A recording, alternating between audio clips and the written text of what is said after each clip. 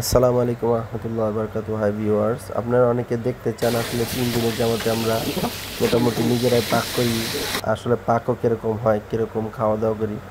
তো প্রথম দিন দুপুরবেলা ছিল 20 কিলোমিটার দূরে ছিল বাজার, যার কারণে আমাদের বাজার দেরি হয়েছে আনতে। তো আমরা তাড়াহুড়া করে ঘন্টা দুইয়ের মধ্যেই বা 1-1.5 ঘন্টার মধ্যেই আমরা তাড়াতাড়ি রুই মাছগুলোকে ভুনা করে ফেলছি।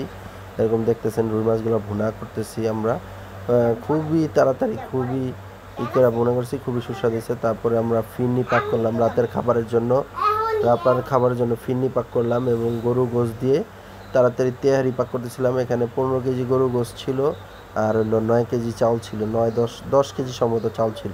এই যে আমাদের পাক করা হইতেছে মসজিদের বাইরে।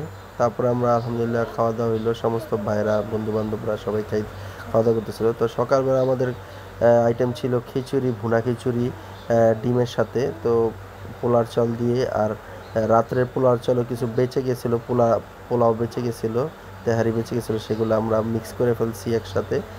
খুবই সুস্বাদু হয়েছে আলহামদুলিল্লাহ। এটা ছিল আমাদের একদিনের খেদমত।